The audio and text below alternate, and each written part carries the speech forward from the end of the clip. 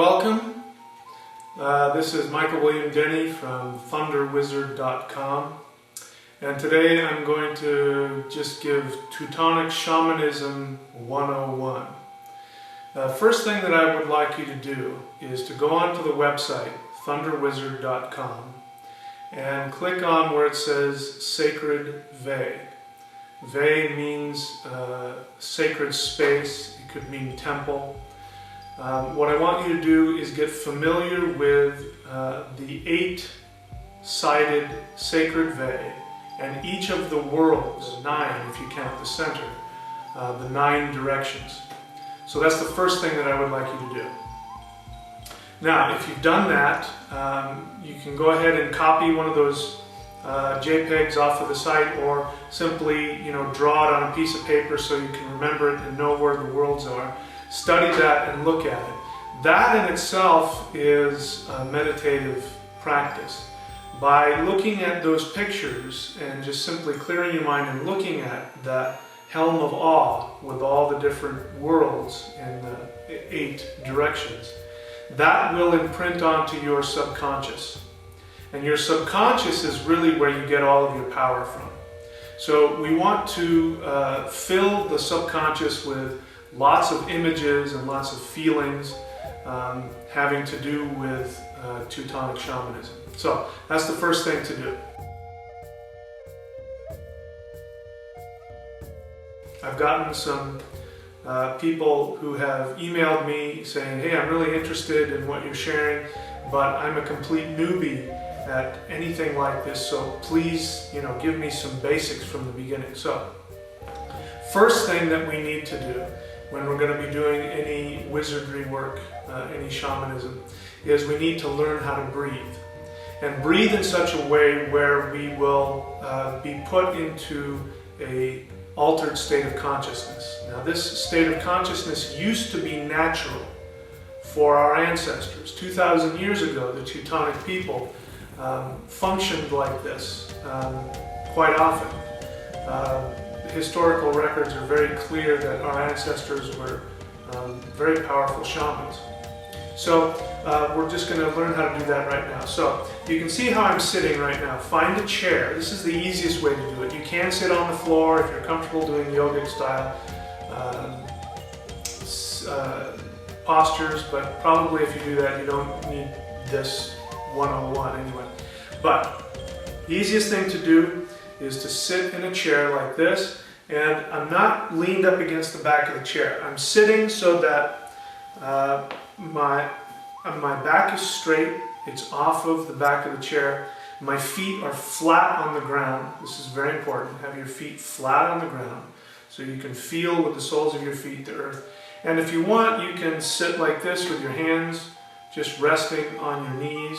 That's probably the most relaxing, most comfortable for most people. So what you want to do, this is very important, is you want to make sure that the back of your neck is straight. You don't want to go like this. That'll get energy stuck in your head. That's a very bad thing.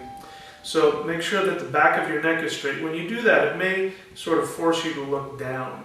That's perfectly fine. That's helpful. It's almost like you're holding a tennis ball under your chin. And if it's helpful to you, you can go ahead and close your eyes and focus here, which is what many people call the third eye. This is actually the pituitary gland. And so you're going to be stimulating the actual eye within the third eye within the brain, which is the pituitary gland. So you can close your eyes, close them 9/10 of the way. Focus your energy right here. Now I'm going to teach you a style of breathing. So we want to be completely relaxed. First, as you're sitting, make sure that your shoulders are relaxed.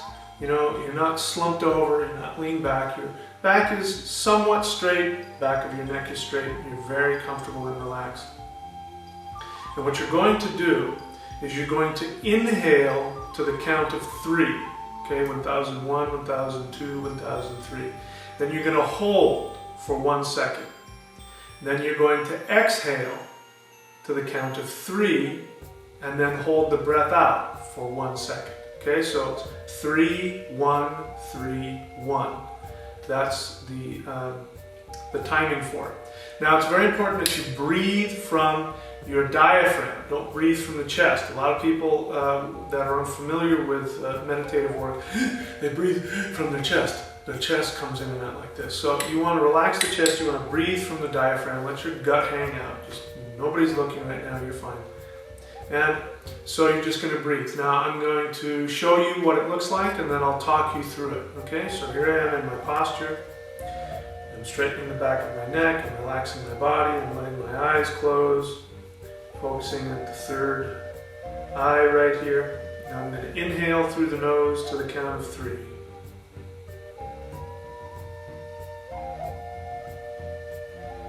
Hold for 1 second. Exhale to the count of 3.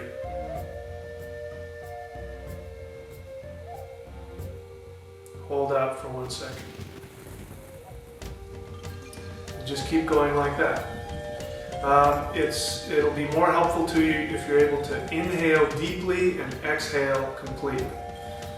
So now if you're able to do that, 3-1, 3-1, and you get good at that, you will see, if you do that, start with just 2 or 3 minutes, even 30 seconds if you want. And you can do that breathing for as long as you want, by the way. You can do that breathing for a half an hour. If you breathe like that for an hour, I guarantee you, you will be in an altered state of consciousness. Okay? But that's just the basics. And what that breathing does is it changes the brainwave patterns, it changes the nervous system and how it functions. It does all kinds of really wonderful healing things to the body. It allows you to access your right brain. This is very important. Our ancestors, the Teutons, if you go back in time 2,000 years, they functioned with both sides of their brain. They functioned with both their left brain and their right brain. Now the left brain is very important. This is the side of our brain that teaches us how to differentiate this from that. You know, it's very good in times of danger, hunting, warfare, these kinds of things. You've got to have a good left brain or you're going to get killed. So survival is very important in using the left brain. However, you also need the right brain, especially for spiritual activities, for shamanic activities. You've got to have the right brain. In our modern society, modern civilization, we have pretty much turned off the right side of the brain altogether. We function almost 100% from the left side of the brain. This is why people are stressed out most of the time. So the right side of the brain is the side of the brain that allows you to think holographically. It allows you to feel connected. So when you do this breathing, you're going to feel like you're connected to everything. Well, that's your right brain. Because your right brain sees relationships and connects to things. And ideally you want to have both of the sides of the brain working. So that's what we're doing with this breathing. We're tapping into the right side of the brain and we're also tapping into the subconscious. So if feelings come up, pictures come up, things come up as you're doing this, don't pay any attention to it. I mean, you can think about it if you want, you can write them down, but usually it's just garbage in the beginning that's in your subconscious rattling around. And you're finally, for the first time, you know, you're not asleep, it's coming to the surface. So we're not trying to, at this point, do any self-examination. We're just trying to learn how to breathe. So that's the first step. There you go. Enjoy.